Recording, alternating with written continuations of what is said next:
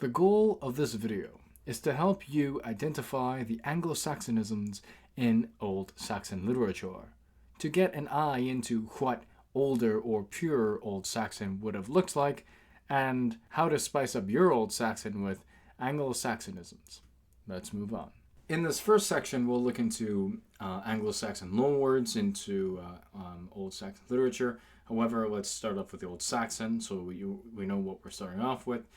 So we have aftar, fana, fan, phone, and an. So occasionally you might find in an Old Saxon text that you might find the Old English, or if you will Anglo-Saxon, after, off, and on.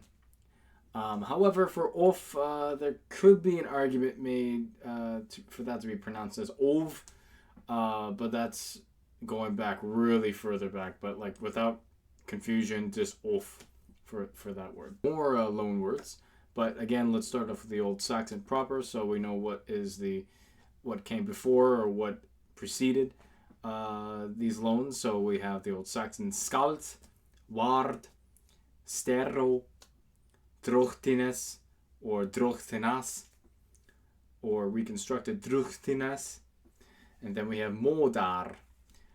There is an argument that can be made for the last word there to be pronounced as modar, but moving on. So, and then we have our Anglo-Saxon loans here. So occasionally you might find skald, ward, steorra, dristnes, modor.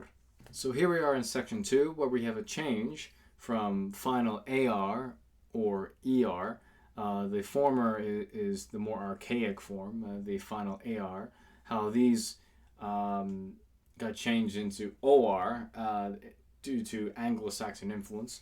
So without further ado, let's begin with the Old Saxon here. We have brodar, broder, dochtar, dochter, modar, moder. Again, as mentioned earlier, it could be pronounced as modar or moder, but moving on to Anglo-Saxonized Old Saxon, where this OR is an Anglo-Saxonism in of itself. So we have brodor, dochtor, and modor. That OU diphthong, if I were to make a guess, that's High German influence right there. Moving on. So here we are in section 3, where we have a change from long medial O, or medial long O, into medial long E. And without further ado, we have from Old Saxon tomich, which means empty, free from. And the Anglo-Saxonized Old Saxon, we have temich. But interestingly enough, we have in Anglo-Saxon, or if you will, Old English, tom.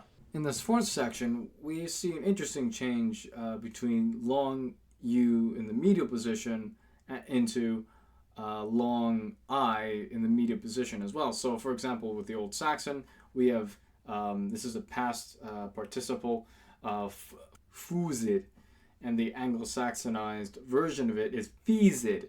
Feesid. This is interesting of itself. They go from long U, medial long U, to medial long I. Now, in this fifth section, Holthausen is a bit unsure because he puts a question mark when it came to the word hit here. But anyway, so we have the Old Saxon it and et, and this is simply it in Old Saxon, as we would in English. The Anglo-Saxonized version of it is with that H insertion. So just turning it to hit. So this may indicate an emphatic or an emphasis, if you will. So it's not just it, but hit, if you will. But of course, this is speculation on my part.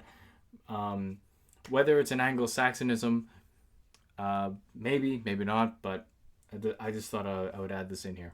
And that's it for this video, guys. Thank you for watching. Be sure to subscribe if you are new. And if you really like the channel, please become a channel member. Alright guys, take care.